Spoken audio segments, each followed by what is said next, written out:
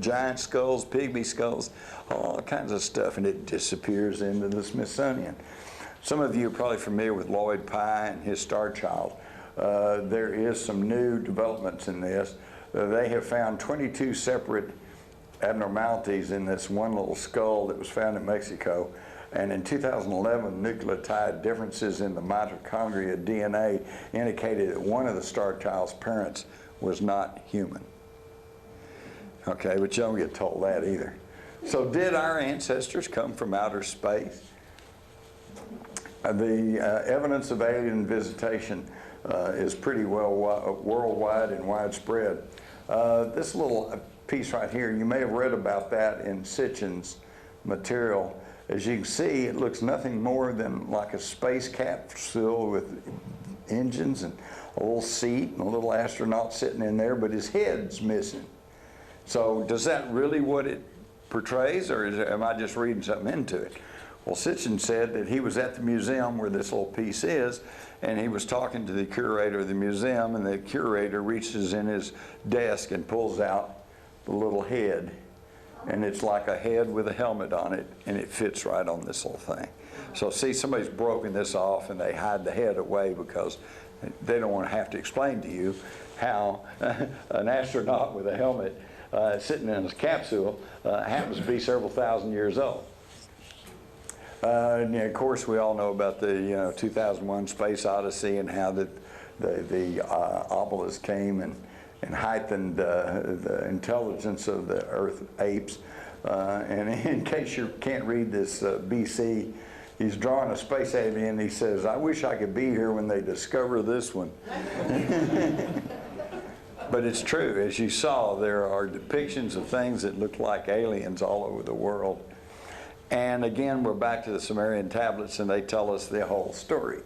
432 years, but 432,000 years before the Great Flood, the Anunnaki, which translates as those who came from the heavens and landed on the earth, came through the Great Bracelet, well, that's the asteroid belt, to the earth. They landed in the Persian Gulf, began to colonize, and they were searching for gold.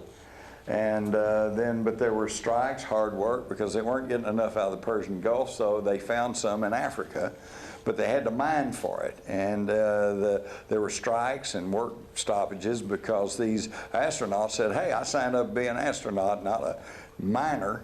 You know, and the work was tough. And so they were trying to figure out what to do. Some of them wanted to just go home, and some of them said, "No, we need the gold to repair holes in our atmosphere."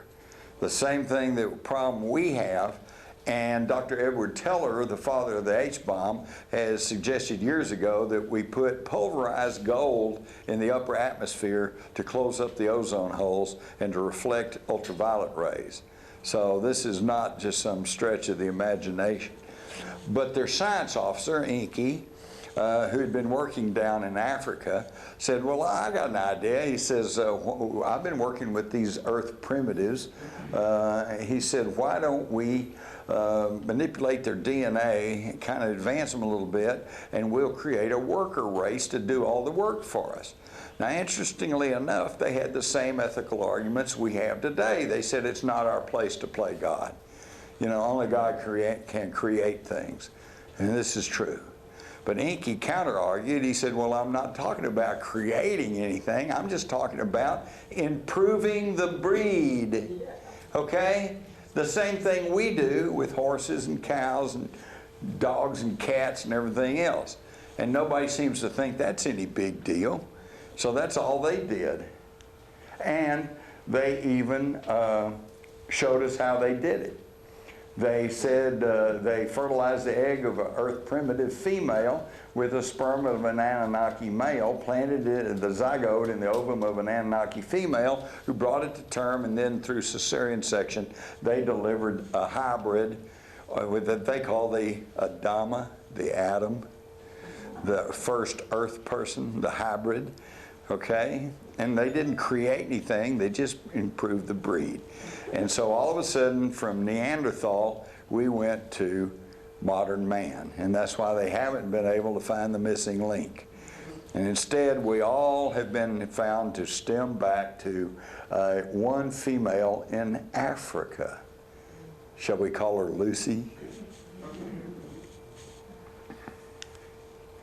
And speaking of, in South Africa, they are now finding these circular ruins that cover hundreds of square miles, and that indicate that they had a population of over 20 million, thousands of circles, and they date back more than 200,000 years. So again, more evidence of the things. Here is what's called Adam's calendar. As you can see, it resembles an ancient Stonehenge.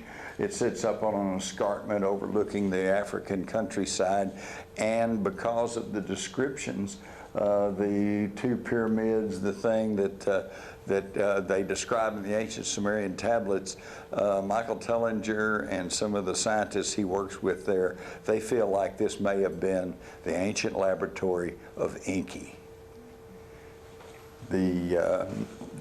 Not the creator, but the developer of modern humans. Interestingly enough, the Africans will tell you that they're just corrals. You know, they built these things to put their cows in, and yet, now this one's been broken open, but here, you no entrances and there's no exits.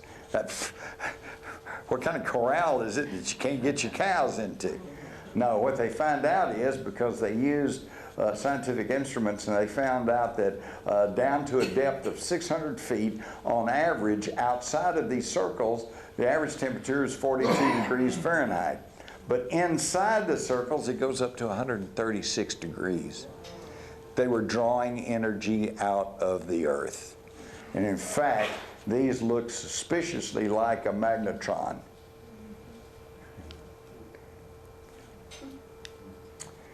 And of course, now we know the Great Pyramids are probably an energy generator. And what they found out in 2006, that they're not even made out of genuine stone. They're made out of a poured geopolymer concrete that's constructed, it's not limestone blocks. And this poured concrete has 3 times the hardness of modern concrete. Now this could go a long way to explaining how they built this huge monolithic structure.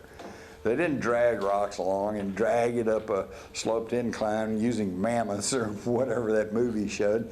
No, they built forms and they poured it, and they just kept pouring it. All right, so see, what we think we know, we don't know. And the Great Pyramid is only among other pyramids. The Chinese pyramids, they planted trees on them, and they're trying to say those aren't pyramids. But obviously they are. Here was a picture of one that was taken during World War II. Okay, so they were there, and they've been there, and this is in China. What we now know is that there are great pyramids in Egypt, in Greece, in South America, and as you all are probably familiar with, because they came and made a big presentation on the Bosnian pyramid. And I love that. How many was there to hear the presentation? Wasn't that a good presentation? And we saw the passageways, we saw the rooms, we saw all of this, right? And yet, go to Google, type in Bosnian pyramid, and you're going to get a whole page saying it's nothing but a hill. So, the evidence is clear. There were ancient astronauts, and there were extraterrestrials on this planet thousands of years ago. So what happened to them? They all leave, or are some of them still here? Well, how do you answer that? Real simple. You just simply check closely our history. All right? If it was like, if they all left, then it should be like what we were taught in school. just a slow evolutionary climb from cave dwellers to hunter-gatherers to farmers to city-states and nations and empires. But that's not really what you find in the record, do you? You find Ezekiel, you find the flying boats, you find the flying Vayamas of the Hindus and the weapon that could blow up a whole city and the destruction of Sodom and Gomorrah, and all the way up to the flying shields of the Romans and the mowing devil of the Middle Ages and the great airship mystery of 1896, 97, the crash in Aurora, the UFOs, the abductions, the crop circles. Oops, somebody's still here. Well, if they're still here, who are they? And what are they doing? Well, they don't want to be like Charlton Heston and be stuck on the planet of the apes. And you certainly don't want to be one of the apes. What you want to do is control the apes. But you can't control 6 billion apes unless you do it through secrecy and deceit. You get the apes fighting with each other.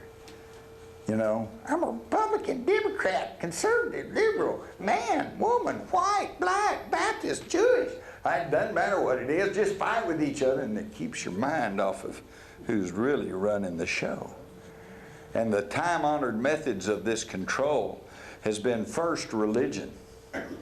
God told me to tell you, here's how you live. By the way, pass the plate. All right? And early on, the reason that some of this religion is so stuck, and I think the Jewish religion is here, because somewhere way back there, they had firsthand knowledge that their gods were real. And when their God says, I'm going to punish you, he did. And so that has come down, that it's all very real. But at some point, they did not want to have any more direct contact with the humans, so they created kingship and priesthood, intermediaries to act on behalf of the gods. And at some point, the gods were no longer around, so we don't see them face to face. But the priesthood did not want to give up their prerogatives, so it's still, well, I know what God wants, and because I'm the only one that can talk to him, and I'm here to tell you what it's going to do. And that was quite effective for thousands of years. During the time of the Middle Ages, the church, the Roman church, was in charge of everything. They ran everybody's life, including the kings and queens, because they loaned them money. And that's when they began to get the next big control mechanism. Because with the advent of the Age of Enlightenment and with the printing press, people began to read the Bible for themselves, and they were going, wait a minute, it doesn't really say that here, you know, wait a minute, what does this mean? Why does it say this over here, but it doesn't say that over there? Okay, so they began to think for themselves, and the power of religion waned, so they had to come up with another control mechanism, and it was finance, money. Today, we operate under the golden rule. Whoever has the gold makes the rules. So obviously, I think the ancient gods may be still with us, or at least some of them. When you look at this chart and you see the characteristics, and then you find that the names changed because of the language. The Heavenly Father, in Sumerian was Anu, Egyptian Amun-Ra, the Greek was Kronos, the Roman Saturn, and on down. You're talking about the same personalities, the same characteristics. Only the name changes because the language changed. And where did that knowledge come from? It came from what we have, came down from the Hebrews that were Semites, along with the Arabs who are Semites. This is what kills me about Israel and Palestine fighting each other tooth and toenail. You know, the ancient Hebrews and the ancient Palestinian Arabs, they're all related to Abraham, the biblical patriarch. And where did he come from? He was Abraham from Ur of Chaldea. Well, what's Chaldea? That's just an old name for Mesopotamia.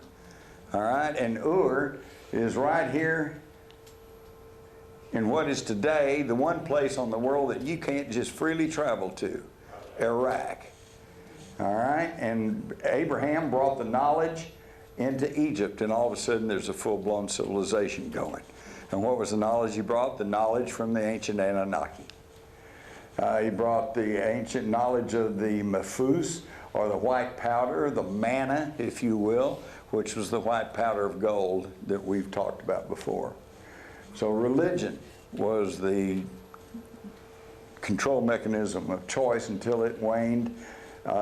Even building the temple, Solomon's temple, they have found that Solomon's temple is a carbon copy of a Sumerian temple dedicated to Ninurta, one of their gods. Same deal.